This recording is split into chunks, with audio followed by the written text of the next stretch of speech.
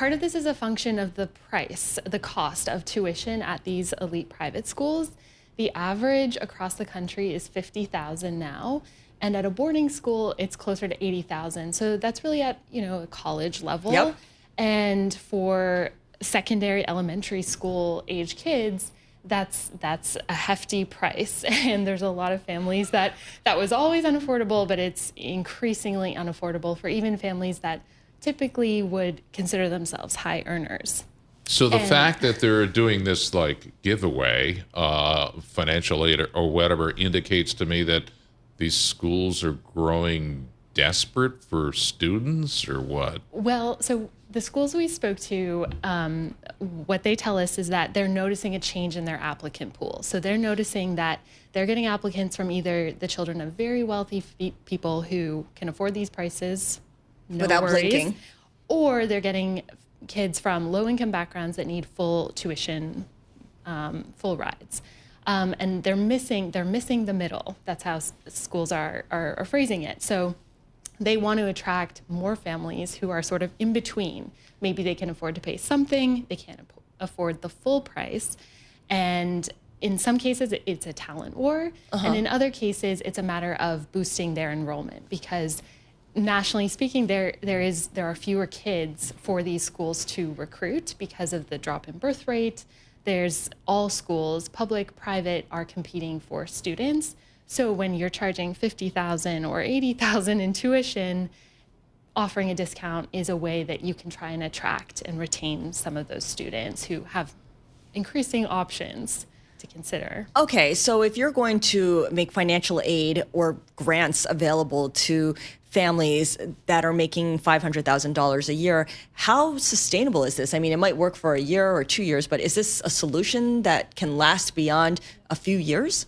Yeah, that's really the question. I mean, of course, for a lot of the schools that are offering some of the most generous offers, these are schools that have very large endowments. One of the schools we mentioned, Deerfield Academy, Massachusetts boarding school, their endowment's over $1 billion. So obviously they've got the resources, but the average endowment across private schools in the U.S. is about $9 million. So it's a very different story for a lot of schools. And we did have a rare situation last year here in Manhattan where a school, Manhattan Country School, had to close down after it was known for offering sliding scale tuition. And after losing too many full-paying families, it did ultimately have to shut down. Yeah, I got to wonder if risk. it's just like, if you're offering that, then does your elite status sort of evaporate? Good question. Yeah, and I mean, these schools all feast off of their elite status. Sort of self-defeating? Yeah, I mean, for a lot of these schools, and this is what's so interesting, they are really being transparent. They're publishing this on their website, their income thresholds. And for them, they say it's about making sure that the best are coming to their schools. And this is a little bit echoing what you see at the college level. Increasingly, elite colleges are saying we have these, income thresholds where promising certain levels of tuition not going above a certain level, offering calculators, because they're basically saying, and we mentioned some families in our story who said, we know we can't afford it, so we're not going to even apply. Right. And these schools are trying to ensure that all families do apply, all students do apply if they're interested, and then if they get in, so they can pick have the a best projection. ones. Yes. Now, Scarlett mentioned a lot of these schools do go to the muni market That's right. to raise money. What's the reaction in the market in terms of investor reaction when one of the schools is doing this? Yeah, it is. I mean, the discount rate, the amount of financial aid compared to full paying families or the school's operating income, these are metrics that investors watch very closely. The private schools that borrow in the muni market, these deals are very, very niche, very specialized. And so investors really do apply a lot of scrutiny to them because of that, because they are so special.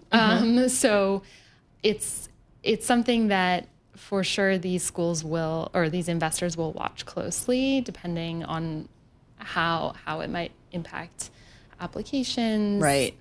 it's really going to matter the specific school and the enrollment and the demand for that school. I know every time you write about a school that's borrowing money, I notice how you include stats like the acceptance rate and the enrollment rate, because these matter to muni investors.